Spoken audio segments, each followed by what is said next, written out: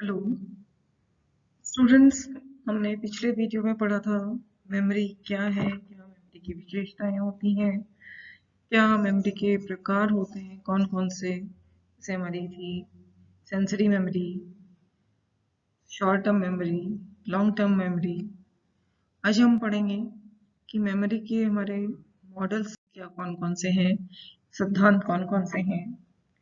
Memory एक तरह से हमारा स्टोरेज सिस्टम होता है। जैसे कि हम कंप्यूटर में है या फोन में, लैपटॉप में हम कोई भी इंफॉर्मेशन स्टोर करते हैं और जब हमें जरूरत पड़ती है तब हम उसको वापस रिट्राइव कर लेते हैं।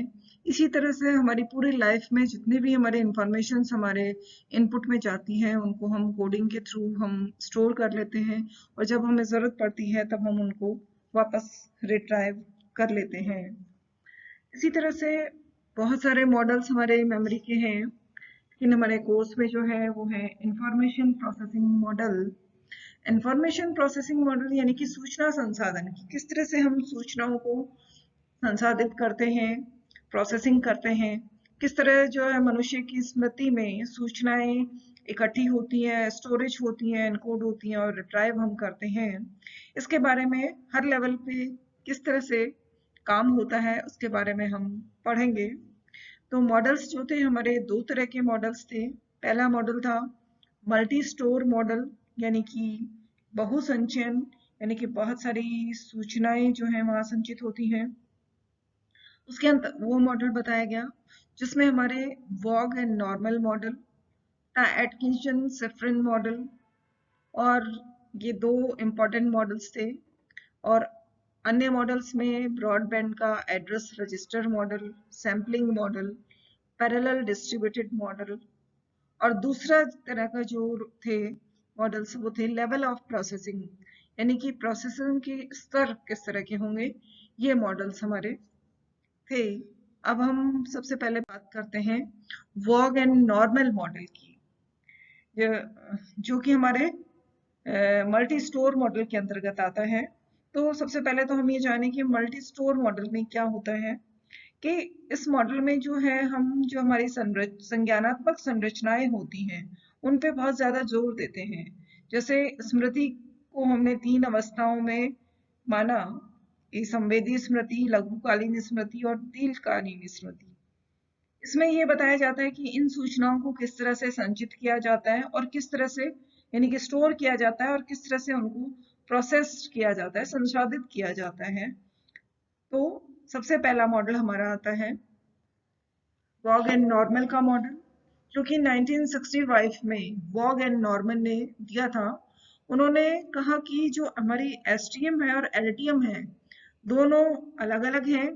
दोनों के उन्होंने इंफॉर्मेशन प्रोसेसिंग जो थी एक लैंग्वेज के रूप में उन्होंने उसकी व्याख्या की। इन्होंने कहा कि कोई भी व्यक्ति के सामने जब भी कोई स्टिमुलस आता है या कोई जिसका कि हमें उद्दीपक आता है, जिसका कि व्यक्ति प्रत्यक्षीकरण करता है, वो सबसे पहले हमारी प्राइमरी मेमोरी, जिसको कि हम लघु स्मृति या एसटीएम कहते हैं, उसको हम प्राइमरी मेमोरी भी कहते हैं, उसमें प्रवेश करता है।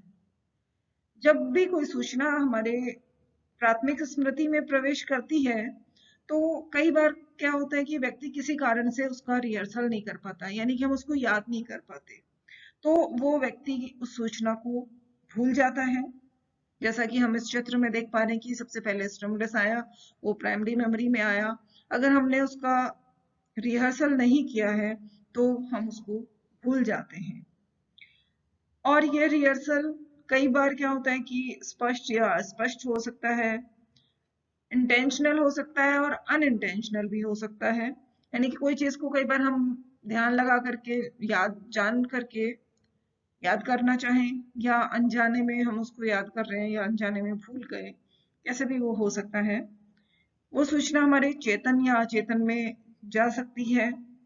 अगर व्यक्ति उसका रिहर्सल करता है तो वो हमारी प्राइमरी मेमोरी में बनी रहती है, और जब वो प्राइमरी मेमोरी में बनी रहती है तो उसकी सेकेंडरी मेमोरी में जाने की संभावना ज्यादा बढ़ जाती है और वहां से सूचना जो है प्राइमरी मेमोरी से सेकेंडरी मेमोरी में अगर हम रिहर्सल करते रहें तो वो प्राइमरी मेमोरी से सेकेंडरी मेमोरी में चेंज हो जाती है। अगर हम रिहर्सल नहीं करते हैं तो प्राइमरी मेमोरी से ही लुप्त हो जाती है और आगे एलटीएम में या सेकेंडरी मेमोरी में चेंज नहीं होती। इस मॉडल में ये माना जाता है कि एसटीएम या एलटीएम को एक परमानेंट स्टोर माना जाता है, यानी कि जब सूचना वहां आई और एसटीएम में प्रवेश करी, सूचना जहां पे संचित रहने के लिए उसकी रिहर्सल की जरूरत नहीं होती है, परंतु जब वैसी परिस्थिति आती है तो वो उसको वापस रिट्राइव करने में अगर सफल हो जाता है व्यक्ति, तो वो उसके एलटीएम में प्रवेश कर जाती है। चूंकि हमारी प्राइमरी मेमोरी की यानी कि एसटीएम की जो स्टोरेज कैपेसिटी है, जिसे हमने पिछली बार डिस्कस किया था कि 5 प्लस और -2 होती है स्टोरेज कैपेसिटी, यानी कि सीमित संख्याएं होती है, तो यानी हम यहाँ पे सीमित संख्या में सूचनाओं को संचित कर सकते हैं। जैसे ग्लेजर तथा रॉसेल ने कहा कि वास्तव में कितनी कैपेसिटी होती है प्राइमरी मेमोरी की, वो हमें अभी तक ज्ञात नहीं है, लेकिन जो मिलर थे उन्होंने एक ये मैजिकल नंबर दिया था कि 7 प्लस -2 हमारी होती है इसकी संख्या। और एलटीएम जो है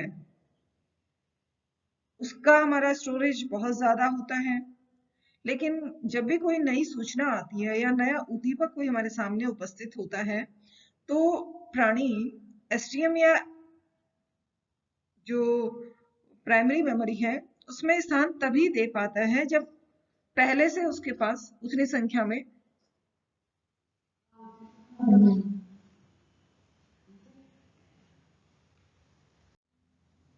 तभी उसको एंट्री दे पाता है, जब तक कि उसके पास जो स्टोरेज कैपेसिटी है अगर वो फुल है तो वो उसको स्थान नहीं दे पाएगा। अगर स्टोरेज कैपेसिटी उसकी फुल नहीं है तो वो उसको प्राइमरी मेमोरी में स्थान दे देगा, या फिर वो पहले से जो मौजूद जो स्टोरेज में स्टिमुलसेस हैं या जो भी पद हैं उनको हटाएगा, उनको हटाने के बाद ही वो उस नए पद को स्थान उसमें दे पाता है।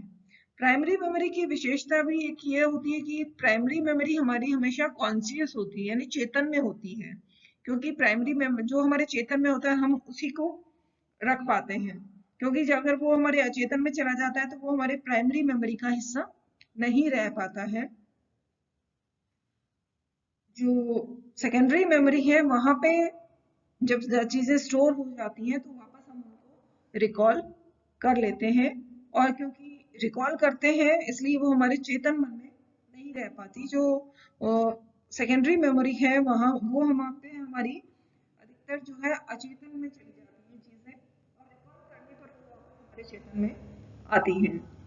वॉग तथा नॉर्मन ने कहा कि जब हम किसी भी सूचनाओं को प्रत्यक्षीकृत करते हैं या घटनाओं को एक रिकॉर्ड के रूप में जब रखते हैं वो हमारे एसटीएम में होती है। कई बार सूचनाएं जो है हमारे सेकेंडरी मेमोरी में हो सकता है हमें जैसी हमने एसटीएम में रिकॉर्ड की थी वैसी की वैसी एलटीएम में रिकॉर्ड नहीं होकर के थोड़ी सी कुछ विकृत रूप में या कुछ अलग रूप में हमारे पास रिकॉर्ड हो जाती है। इन्होंने एक ऐसा मॉडल दिया था जो हमारी प्राइमरी तथा सेकेंडरी मेमोरी की जो स्टोरेज कैपेसिटी थी या किस तरह प्रोसेसिंग होती थी उसको सरल ढंग से बताया था। फिर भी कुछ इस मॉडल के समस्याएं थी या इसके दोष थे। इसमें इन्होंने ये नहीं बताया कि किस तरह विभिन्न प्रकार की सामग्रियों के लिए कितना रिहर्सल किया जाए कि वो हमारी प्राइमरी मेमोरी से सेकेंडरी मेमोरी में स्टोरेज हो जाए, या इन्होंने यह भी नहीं बताया कि किस तरह से सूचनाएं जो है प्राइमरी मेमोरी में से जो है सीधे ही सेकेंडरी मेमोरी में हम ट्रांसफर कर सकते हैं या नहीं कर सकते, या जरूरी है कि रिहर्सल करें तभी प्राइमरी मेमोरी से सेकेंडरी मेमोरी में वो सूचनाएं स्टोर होंगी। तो ये इस मॉडल की कमी थी, लेकिन फिर भी इस मॉडल की विशेषता ये थी कि इन्होंने बहुत अच्छे ढंग से हमें ये बताया कि किस तरह सूचनाएं हमारे अंदर आती हैं और कैसे वो हमारी प्राइमरी मेमोरी में स्टोर करते हैं और उसके बाद वो हमारी सेकेंडरी मेमोरी या लॉन्ग टर्म मेमोरी में जाती हैं। धन्यवाद।